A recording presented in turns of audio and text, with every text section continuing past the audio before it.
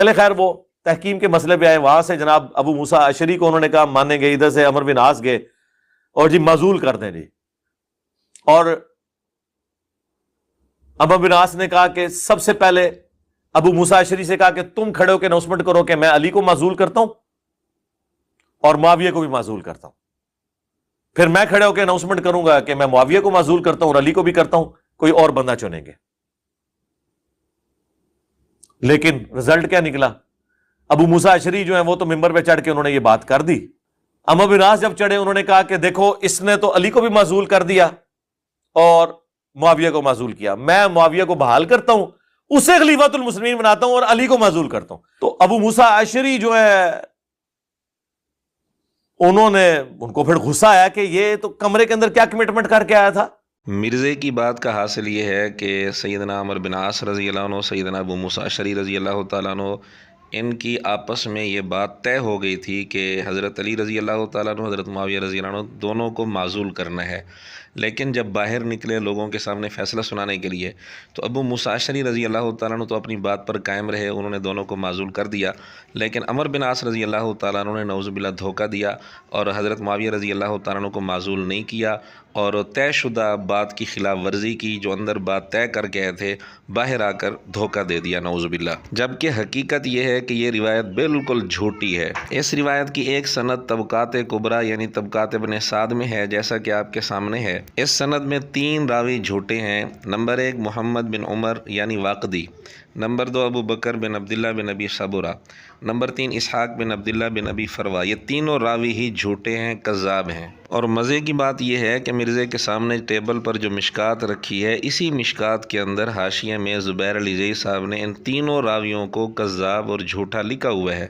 ان روایات کے نمبر ہم نے ڈسپلے کر دیے ہیں جن کے تحت زبیر علیزئی صاحب نے اسی مشکات میں جو مرزے کے سامنے ٹیبل پر رکھی ہے، ان نمبروں کے تحت ان راویوں کو جھوٹا کہا ہے۔ لیکن افسوس، ایک عظیم صحابی رسول پر جھوٹا الزام لگانے کے لیے مرزا نے جھوٹی روایت پیش کرتے ہوئے کچھ شرم و حیا محسوس نہیں کی۔ اس روایت کی دوسری سند تاریخ طبری کے اندر موجود ہے، جیسا کہ آپ دیکھ رہے ہیں۔ اس میں پہلا راوی ہے ابو مخنف لوط بن یحییٰ، یہ مشہور کذاب راوی ہے اور اس کے کذاب ہونے پر بہت سارے حوالے ہم پیش کر سکتے ہیں۔ فی الحال ایک حوالہ آپ کے سامنے رکھتے ہیں۔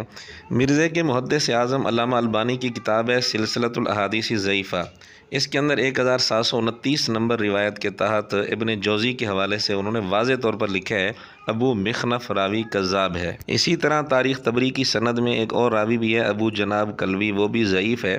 تو اس جھوٹی روایت کا سہارا لے کر مرزے نے صحابی رسول پر اتنا بڑا الزام لگایا دھوکہ دینے کا کہ اندر بات طے کر کے کچھ اور آئے تھے، باہر آ کر اس کی خلاف ورزی کر دی نعوذ باللہ۔ لیکن مرزے نے اپنی ویڈیو میں جب یہ روایت بیان کی تو ان 2 کتابوں کا حوالہ نہیں دیا، تاریخ طبری اور طبقات ابن سعد، ان کو ڈسپلے نہیں کرایا، بلکہ یہ بات کرتے ہوئے مصنف عبد الرزاق کا حوالہ ڈسپلے کرایا، حدیث نمبر 9770 کا۔ یہ مرزے کی بہت بڑی چالاکی ہے، لیکن چوری بہرحال چوری ہوتی ہے، پکڑی جاتی ہے۔ تو یہاں بھی مرزے کی چوری پکڑی گئی، کیونکہ جو حوالہ مرزے نے ڈسپلے کرایا ہے اس میں وہ بات ہے ہی نہیں جو مرزا کر رہا ہے۔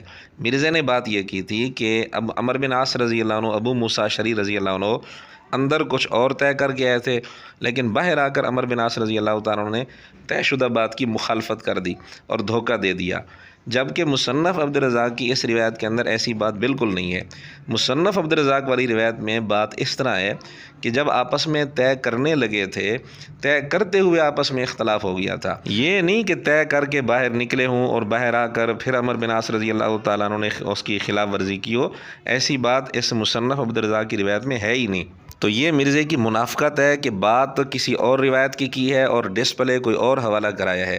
لیکن مصنف عبد الرزاق کی جس روایت کو مرزے نے ڈسپلے کرایا، یہ روایت بھی صحیح نہیں ہے، اس کی سند بھی منقطع ہے، کیونکہ اس کی سند زہری تک پہنچتی ہے، زہری کے آگے سند نہیں ہے۔